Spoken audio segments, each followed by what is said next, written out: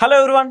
Donald Trump టారిఫ్లకు ఇప్పుడు full stop పడిందని చెప్పాలి భారత్ లాయర్ తోటి. సో ఇదే అంశం మీద అసలు ఏంటి విశ్లేషణ తీసుకునే ప్రయత్నం చేద్దాం. దీని గురించి క్లుప్తంగా వివరణ ఇవ్వడానికి ప్రస్తుతం మనతోటి జర్నలిస్ట్ జగదేవ్ ఉన్నారు.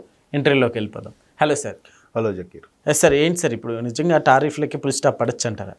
ట్రంప్ రెండోసారి అధ్యక్ష పదవి చేపట్టిన తర్వాత అంటే పెను మార్పులకి దారి తీయాలి, అమెరికా యొక్క అప్పుని సగంలో సగమైన పూడ్చాలి, నా పేరు చిరస్థాయిగా నిలిచిపోవాలి, లేదంటే నేను శాంతి దూతని ప్రపంచాలకి తెలియజెప్పాలి, నోబెల్ శాంతి బహుమతి నాకే రావాలి, ఇలాంటి అత్యాశతో కూడిన కోరికలతో రెండోసారి అరంగేట్రం చేశారు ట్రంప్ గారు. అది కూడా ఎలా గెలిచారంటే లాస్ట్ మినిట్లో ఆయనకి క్యాన్వాసింగ్లో ఉన్నప్పుడు, ప్రచారంలో ఉన్నప్పుడు ఒక బుల్లెట్ తన చెవి పక్క నుంచి వెళ్ళిపోవడం ఒక్కసారి అది సానుభూతి క్రియేట్ చేసింది. సో సానుభూతి క్రియేట్ చేయడంతో ఈయన నెగ్గుకొచ్చాడు. అంటే ఇది కూడా ఒక రీజన్ అని చెప్తాను.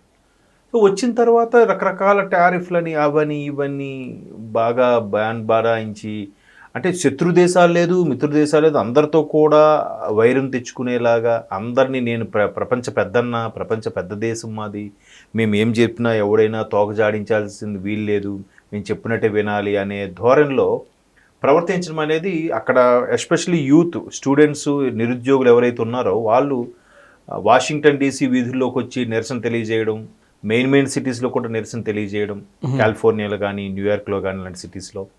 సో ఈ మొత్తం వ్యవహారం అంతా కూడా చాలా ఇబ్బందులకు గురి చేస్తుంది. పైపెచ్చు ఏదైతే సుంకాలు విధించి చెలరేగిపోయి మా డబ్బున దేశం కదా అని ఇష్టం వచ్చినట్టు బిహేవ్ చేస్తున్నాడో అందరికీ శత్రు దేశంగా మారుతుంది. ఈ చిన్న చిన్న కొన్ని మైనారిటీకి సంబంధించిన దేశాలు శత్రుత్వం పెంచుకొని ఆల్రెడీ లాడెన్ లాంటి వాళ్ళు అటాక్స్ చేశారు కాబట్టి, WTC టవర్లో కూల్చివేత అవన్నీ జరిగాయి కాబట్టి ఇంకాస్త ఇబ్బంది కలుగుతుంది, అమెరికా సురక్షితంగా లేదు అనే దీంట్లో కూడా వచ్చేసారు చాలామంది సిటిజన్స్. తర్వాత వీసాల మీద ఎక్కువ టారిఫ్లు విధించడం, $1,00,000 పెట్టడం, రకరకాల.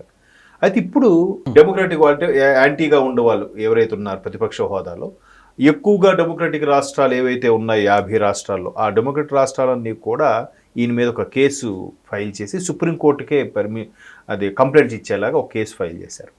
సో ఆ కేసు ఫైల్ చేసినప్పుడు ప్రభుత్వ తరపున ఒక లాయర్ ఉంటాడు, ప్రెసిడెంట్ తరపున, మనకులాగే అక్కడ డెమోక్రాటిక్ తరపున ఒక లాయరు వాదించబోతున్నారు. అతనే మన భారత సంతతికి చెందిన నీల్ కత్యాల్.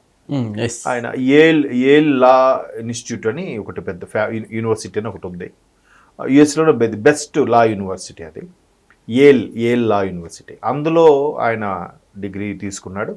తర్వాత చాలా 2017లో ఫస్ట్ టైము ట్రంప్ అధ్యక్షుడైనప్పుడు కూడా కొన్ని రకాల కేసులకు సంబంధించి ట్రంప్కు వ్యతిరేకంగా ఇతను వాదించిన సందర్భాలు ఉన్నాయి. సుమారుగా ప్రభుత్వానికి వ్యతిరేకంగా ఇప్పటి వరకు 50-60 కేసుల వరకు వాదించాడంట. అందులో 80% సక్సెస్ ఉందంట. నీల్ కత్యాల్ అనే ఈ భారత సంతతికి చెందిన వ్యక్తి. బట్ ఆయన అక్కడ వాళ్ళ తల్లిదండ్రులు ఎవరైతే వలస వచ్చేసారో అక్కడే స్థిరపడ్డారో, ఆయన అక్కడే పుట్టాడంట. అక్కడ సిటిజన్షిప్పే ఉంటుంది.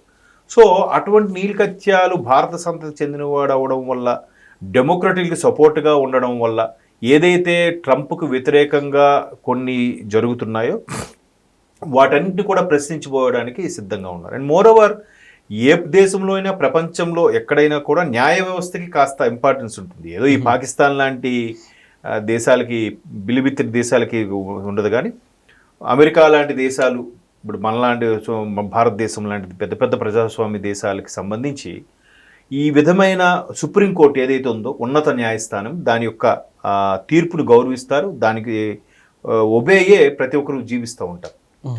కాన్స్టిట్యూషన్ లా, అదే రాజ్యాంగబద్ధంగా ఉండేది.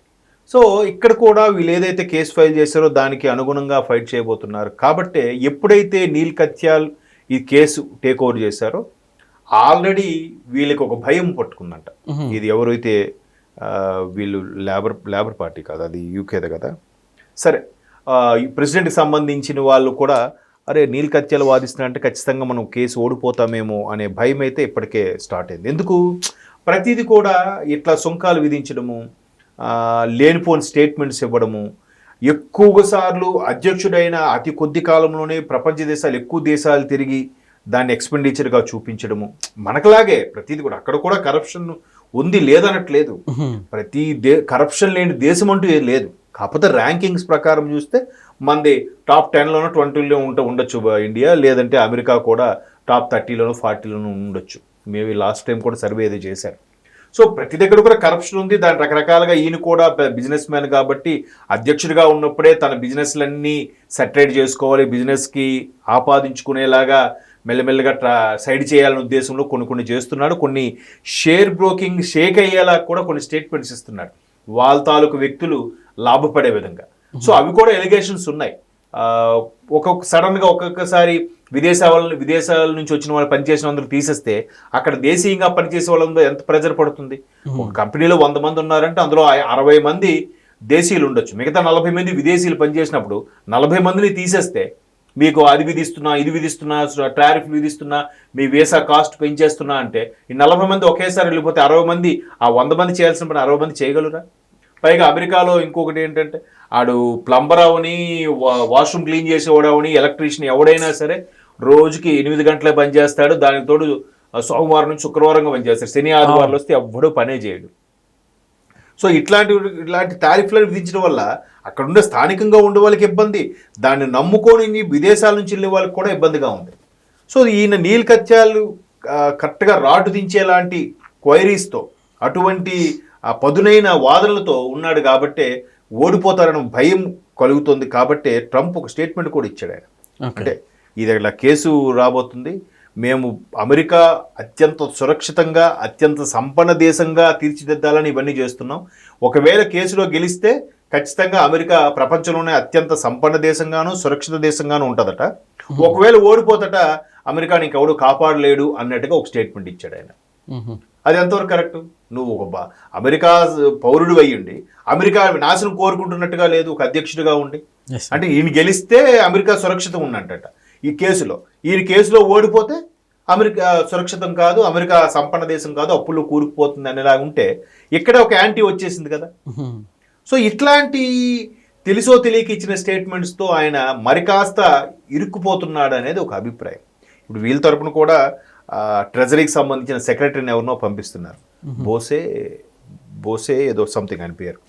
సో ఆ సెక్రటరీ వెళ్ళి వీళ్ళ తరపున వాదించబోతున్నాడు. బట్ నీల్ కత్యాలు వాదనల ముందు ఎవరు నిలబడలేరు అనేది సత్యం. కాబట్టే ట్రంప్ ఈ విధమైన స్టేట్మెంట్స్ ఇచ్చాడు. ఏమని, నేను గెలిస్తేనే సురక్షితంగా ఉంటుంది కేసులో, నేను ఓడిపోతే మాత్రం అమెరికా సురక్షితంగా ఉండదు అని.